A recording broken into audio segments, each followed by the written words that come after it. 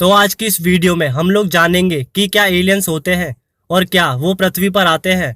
मेरा मतलब क्या किसी भी एलियन सभ्यता के लिए ये इतना आसान हो सकता है कि वे स्पेसशिप में बैठे और फट से पृथ्वी या किसी अन्य ग्रह पर पहुंच गए। तो चलिए स्टार्ट करते हैं हमारी आज की वीडियो। एक सवाल जो पृथ्वी पर रहने वाले लगभग प्रत्येक मनुष्य के जहन में अक्सर आता है, क्या इस ब्रह्मांड में कहीं और भी जीवन है? क्या कहीं और भी हमारे जैसे लोग रह रहे होंगे जो हमारी ही तरह सोचते होंगे, बातें करते होंगे, तकनीक का इस्तेमाल करते होंगे? एलियंस के वजूद को ढूंढने में दुनिया भर के वैज्ञानिक लगे हुए हैं, बट अभी तक हाथ बिल्कुल खाली हैं। हमें अक्सर दोस्तों दुनिया में यूएफओस देखने की अफवाहें सुनने को मिलती हैं। उसके साथ साथ कई हॉलीवुड फिल्मों में भी हमें अक्सर एलियंस के अस्तित्व के बारे में जानने को मिलता है। इन फिल्मों में उन्हें अक्सर एक ऐसे खलनायकों के रूप में प्रस्तुत किया जाता है जिनका मकसद पृथ्वी के प्राकृतिक संसाधनों का उपयोग करना या मानव जाति को अपना गुलाम बनाना होता है। लेकिन इन सब बातों से हटकर आज हम हकीकत को जानने की कोशिश करेंगे कि क्या एलियंस वाकई मौजूद हो सकते हैं। वर्तमान विज्ञान के अनुसार धरती के बाहर जीवन ना पनपने का कोई भी कारण नजर नहीं आता। पृथ्वी या सौरमंडल में ऐसी कोई विशेषता नहीं है कि केवल पृथ्वी पर ही जीवन फल फूल सके। वैज्ञानिकों का मानना है कि बाहरी अंतरिक्ष में भी जीवन की उत्पत्ति और विकास के लिए सामग्री और परिस्थितियां दोनों मौजूद हैं। हमारी आकाशगंगा में करीब 200 अरब तारे हैं, जिनमें से हमारा सूर्य एक सामान्य सा तारा है। हमारी आकाशगंगा की चौड़ाई 1 लाख प्रकाश वर्ष तथा मोटाई करीब 20,000 प्रकाश वर्ष की है। बावजूद इसके भी यह बस एक सामान्य सी गैलेक्सी है। ब्रह्मांड में इससे भी हजारों और लाखों गुना बड़ी गैलेक्सीज मौजूद हैं। ब्रह्मांड की अति दूरस्थ आकाशगंगा हमसे लगभग 10,000 प्रकाश वर्ष दूर स्थित है, और इतने बड़े और अनंत ब्रह्मांड में ये सोचना कि केवल पृथ्वी पर ही जीवन संभव है, तो इस बात को हजम कर पाना थोड़ा नहीं काफी ज्यादा मुश्किल है। बस बात सारी ये हो सकती है कि हम मनुष्य अभी तक उन्हें ढूंढ न सके हों। सन 1961 में फ्रैंक ड्रेक ने प्राप्त तथ्यों के आधार पर यह अनुमान लगाया था कि हमारी आकाशगंगा में ही करीब 10,000 ग्रहों पर जीवन संभव है। उस समीकरण के 10 साल बाद ड्रेक की पद्धति में सुधार करके फिर से नया समीकरण बनाया गया। उसके बाद कहा गया कि हमारी आकाशगंगा में हजारों नहीं बल्कि लाखों ग्रहों पर जीवन संभव हो सकता है। अर्थात यदि बिग बैंग के बाद पृथ्वी पर जीवन पनप सकता है, तो ये भी बिल्कुल संभव है कि कहीं और किसी और प्लेनेट पर भी जीवन पनपा हो। चलिए दोस्तों, अब आते हैं हमारे अगले सवाल पर। क्या एलियंस वाकई ही पृथ्वी पर आते हैं? क्या हजारों, लाखों और करोड़ों प्रकाश वर्षों की दूरी को तय करना वाकई ही इतना आसान हो सकता है? वैसे पर्सनली तो मुझे लगता नहीं कि एलियंस पृथ्वी पर आते हों, या ये सब उनके लिए इतना आसान हो सकता है। आइए जानते हैं कैसे। मेनली इसका एक ही रीजन है, तारों के मध्य की दूरी यानी डिस्टेंस। हमारी पृथ्वी से सबसे नजदीक का तारा अल्फा सेंटोरी भी हमसे 4 प्रकाश वर्ष दूर स्थित है। यदि हम लाइट की स्पीड से भी वहां तक जाते हैं तो हम अपनी लाइफ के 4 साल बर्बाद कर देंगे। और जिस ब्रह्मांड में हम रहते हैं उसमें हम जानते हैं कि लाइट की स्पीड ही अल्टीमेट स्पीड है। इससे तेज रफ्तार मुमकिन नहीं है। इतनी दूरियों तक यात्रा करने में वर्तमान में हमारे सबसे तेज रॉकेट को लाखों और करोड़ों सालों का वक्त लगेगा। ऐसी लंबी यात्राओं में ढेर सारी अड़चने हैं, जिसमें इतने सालों की लंबी यात्रा मानव या किसी और बुद्धिमान जीव के लिए आसान नहीं होगी। यात्रा में लगने वाले यान के निर्माण में ढेर सारी प्रायोगिक मुश्किलें आएंगी, जैसे कि इस यान में इस लंबी यात्रा के लिए राशन, पानी, कपड़ा, ऊर्जा का इंतजाम करना होगा। यान में कई सालों तक के लिए भोजन सामग्री ले जाना संभव नहीं हो सकता।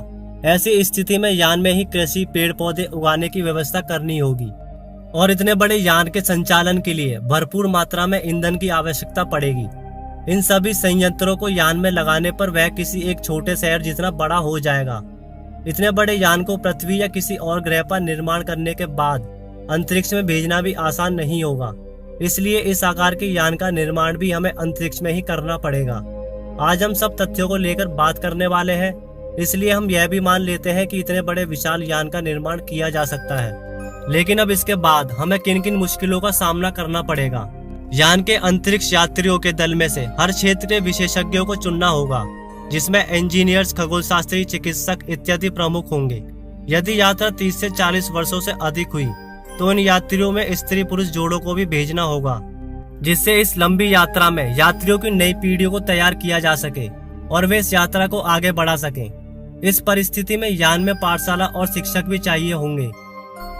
लंबी यात्रा की इन सब परेशानियों को देखते हुए यह स्पष्ट है कि पारंपरिक तरीकों के यानों से अन्य तारा मंडलों की यात्रा अत्यधिक कठिन और चुनौतीपूर्ण है, और इन सभी कठिनाइयों का हल है कि प्रकाश की गति या उससे भी कहीं तेज चलने वाले यानों का निर्माण किया जाए। लेकिन यहाँ पर आपको याद रहे कि प्रकाश गति से यात्रा करने पर भी हम अपने सबसे नजदीकी तारे पर 4 साल में पहुँचेंगे, जबकि ब्रह्मांड में तारों के बीच की दूरियां सैकड़ों, हजारों और लाखों प्रकाश वर्षों में है। लेकिन चलिए ये भी मान लेते हैं कि किसी सभ्यता ने खुद को इतना विकसित कर लिया है कि वह प्रकाश गति से भी यात्रा करने में सफल हो चुकी है। लेकिन बावजूद इसके भी इसमें कई प्रॉब्लम्स हैं, जैसे कि हम जानते हैं कि एल्बर्ट आइंस्टीन की थ्योरी ऑफ रिलेटिविटी के अनुसार प्रकाश गति या उससे तेज गति पाना असंभव है। इसके अनुसार कोई भी वस्तु जो अपना द्रव्यमान रखती है वह वस्तु प्रकाश की गति कभी प्राप्त नहीं कर सकती। इस वस्तु को स्पीड ऑफ लाइट तक पहुंचने के लिए इन्फिनाइट यानी अनंत ऊर्जा चाहिए होगी, जो कि संभव नहीं है। लेकिन हम फिर भी मान लेते हैं कि किसी उच्च सभ्यता ने खुद को इतना ज्यादा विकसित कर लिया है, इस सापेक्षतावाद के नियम का भी तोड़ निकाल लिया हो और स्पीड ऑफ लाइट से चलने वाला यान भी बना लिया हो। लेकिन ऐसा होने पर समय विस्तार यानी टाइम डायलेशन की प्रॉब्लम बीच में आ जाती है। हम जानते हैं कि समय की गति हर जगह समान नहीं होती। प्रकाश गति से चलने वाले यान के लिए समय की गति धीमी हो जाएगी, जबकि पृथ्वी पर समय की गति सामान्य ही रहेगी। फॉर एग्जाम्पल, यदि कोई यान लाइट की स्पीड से चलकर 5 प्रकाश वर्ष का सफर केवल 5 साल में ही पूरा कर लेगा, लेकिन इस 5 सालों के दौरान पृथ्वी पर सदियां बीत चुकी होंगी। इन्हीं सभी प्रायोगिक कारणों से एलियंस का पृथ्वी पर आना संभव नहीं लगता।